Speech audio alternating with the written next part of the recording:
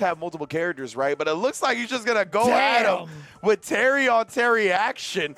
Booce, all right, what a statement to be made here. Oh, you know who it was? I think the Falcons match. I think it was Oil King that was age 40. I think it was Juninho Ross with 37. There's no shot Oil King is 40. Yeah, I know, right? Aging so beautifully. And Booce on the other end, a young man in his own right, though. Only age 23, has really become prominent in the Street Fighter scene with Street Fighter 6. Has had incredible results in NA. So I definitely had to like take a little bit of a pause while you were talking to look over in Wikipedia. My man is definitely 40. You were double checking our stats? I had to. Oil King does not look a day over like 26. I legitimately was going to say, yeah, like 25. Dude, what the hell is happening? Yeah. Incredible aging from this man, as always. He's always in good spirits, you know? He just carries a good vibe around. It was so funny earlier. I was sitting at a table with him, Brian Job, and of course Shien. And Shien was telling Brian, like, we got to talk, DJ players, we got to talk afterwards. And Oil King deadass said, what are you guys going to talk about, music? Yeah. What type of tech you guys got to share, yeah, DJ dude. players? But yeah. What's on your playlist? Just always a goofy fella, you know what I mean? So always keeping the happy, smiley vibes around. And I imagine that contributes to his beautiful aging. Booce, on the other hand, my man Booce is stressed a lot. Yeah. He's got to chill out, learn to enjoy life a little bit. But I always enjoy the meticulous nature of how he approaches fighting games, right? So let's see if that can outmatch the good vibes of Oil King. We'll find out. The Calculator versus the King in the Terry mirror match of Game 2 between these two titans. Here we go.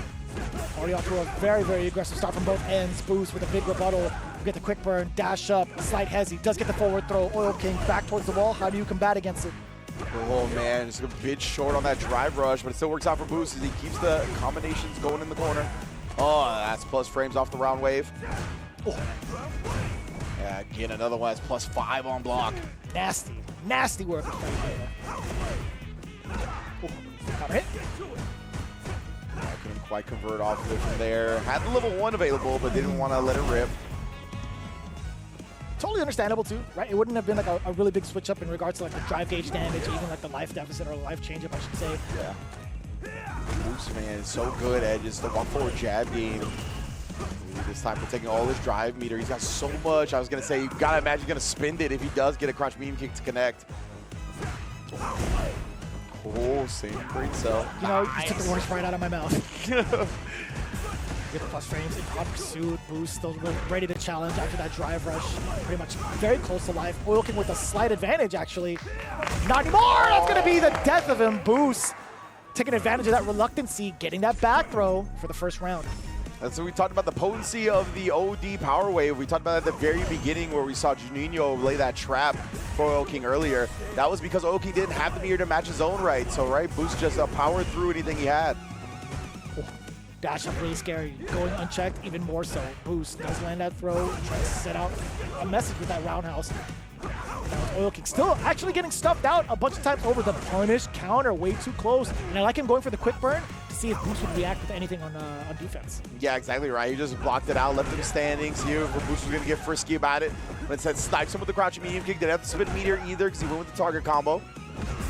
Oh, sniped the Oil King at that max range with the crouch medium kick. Not shooting the spinning meter yet. Slight hesitation opens up Booce's defense, and now we spin the level 3 here. Oh. Straight back in it. Booce though, plenty of meter on his own right. One touch means death for Oil King. It is still a very intense match, and there is that one touch. The overhead is all he's gonna need. Booce, first game on the board. That is crazy. My man turned into One Punch Man. Right on the overhead, right on the cabeza. Booce, pretty significant smile on his face. Most of the time, we barely get to see any sort of emotion from him, but like the way that the Bandits camp stood up, Christy just waving his arms. Just, what is happening? The fanfare going nuts for Bandits. Definitely love seeing the comeback from Booce's side. All it took was that one hit, and he went for the gusto, went for the Hail Mary. Big, perfect parry from Oil King now, though. Oh, and the side switch. Excuse me?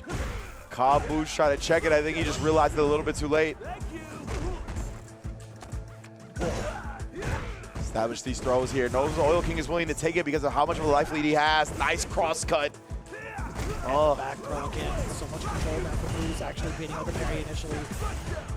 What do you do about this? Does catch the walk back. Quick bring it again. Booce actually rebutting with the button. Both in burnout. The drive reversal now in benefit of Booce because he is the one that gets to act. He got the knockdown. He got the throw. And now the crack kick forcing a lot of this potential frame trap. One more touch. Actually, a chip sequence would have been more than enough. And Oil King actually taking a screenshot of that one. I totally understand. I want to dissect that for future use. Man, yeah, I love that right before that sequence, before that last knockdown, he used the round wave, right, just in case Oil King woke up with a level 1 or something like that. That would have shut that down because of the projectile property. Oh, and then Booce cutting the drive rush short via the power wave. You can just try to manipulate with Oil King's expectations. Ooh, just at the edge of that low medium kick. Oil King now being able to shot. Okay, maybe not. And that time, though, Booce was already committed to the power wave, though. No big damage, but again, another backdash gets clipped. Oil King got to be checking for these backdashes. Booce is straight up chasing them down. Did the same thing in the last round as well. No more backdashes to be had from the side of Oil King. He has to play it straight up as a ton of frame traps are going to be coming in from the side of Booce. A lot of chip damage. You saw the backdash initially to create some space with Booce, really taking those liberties with the burn knuckle while Terry's in burnout. Yes, sir. We are going to make sure that we catch some of these DIs. Oil King regaining his drive gauge as well with a huge bit of damage. Yeah, big time play from Oil King. The response, OD to clear the screen again. We talked about that. This tug-of-war over drive gauge, determining who gets the OD fireball. Oh man, he tried to whip punish. And he tried to drive rush through it. I'm pretty sure he did like a parry into like the drive rush, right? Some of your tendencies to go for some of these option selects do bite you in the end. Yeah, 100%. That held power wave again, same frame, and this time Oil King adjusts for the crack shooter to go straight over it. I like that. Something we haven't seen too often. Counter hit. Booce's timing, getting caught with that grab. Oil King really not being able to take any sort of advantages while having Booce in that corner.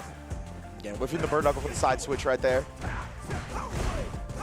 Booce. That clips. Oil King was staying so consistent with those long range lights. Oh, and backdash! Backdash, bro. He keeps doing it after the medium kicks too. And that's when Booce is just sending the drive rush. He knows the backdash is coming. Knocking on the door a little bit, still plus frames off of that Fierce. Also maintaining his control by getting ready for the rising tackle. A single throw will do it for Booce. And Oil King thought the same exact thing. Booce with the hezzy via the jump, securing another 10 points for the Bandits camp.